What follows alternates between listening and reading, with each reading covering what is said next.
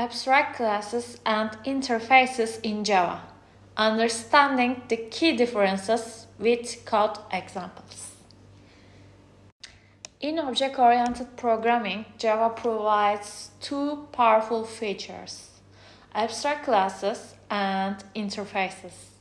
These concepts allow developers to define common behaviors and enforce contracts in their code. In this video, we will explore abstract classes and interfaces in Java, their purposes, and how to use them effectively with code examples. Abstract classes. An abstract class in Java serves as a blueprint for other classes. It is declared using the abstract keyword. An abstract class can contain both abstract and non-abstract methods. Abstract methods are declared without an implementation and must be implemented by any concrete class that extends the abstract class. Let's take a look at an example of an abstract class. In this example, the shape class is an abstract class that defines a common behavior for shapes. It has a color attribute and a calculate area method, which is an abstract method. The circle class extends the shape class and provides an implementation for the calculate area method.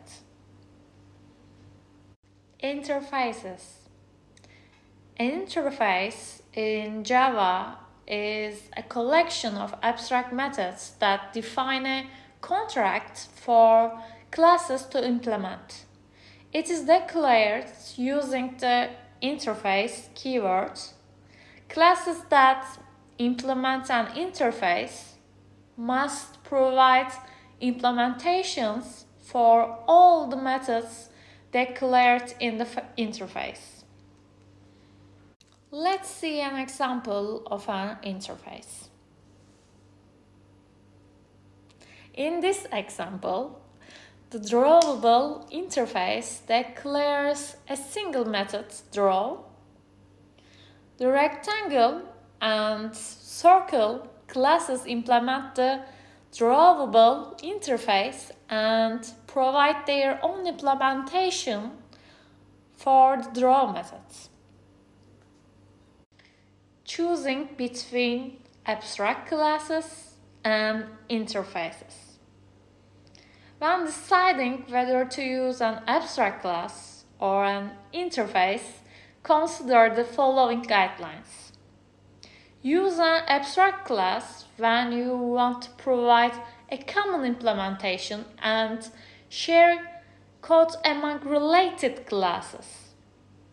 And use an interface when you want to define a contract for unrelated classes or achieve multiple inheritance. By understanding the differences and strengths of abstract classes and interfaces, you can make informed decisions when designing your Java programs. These features provide flexibility and reusability, allowing you to write cleaner and more maintainable code. In conclusion, abstract classes and interfaces are powerful tools in Java for defining common behaviors and enforcing contracts. Abstract classes allow for code reuse and provide a base implementation, while interfaces establish contracts that classes must fulfill. By utilizing abstract classes and interfaces effectively, you can design robust and flexible applications in Java.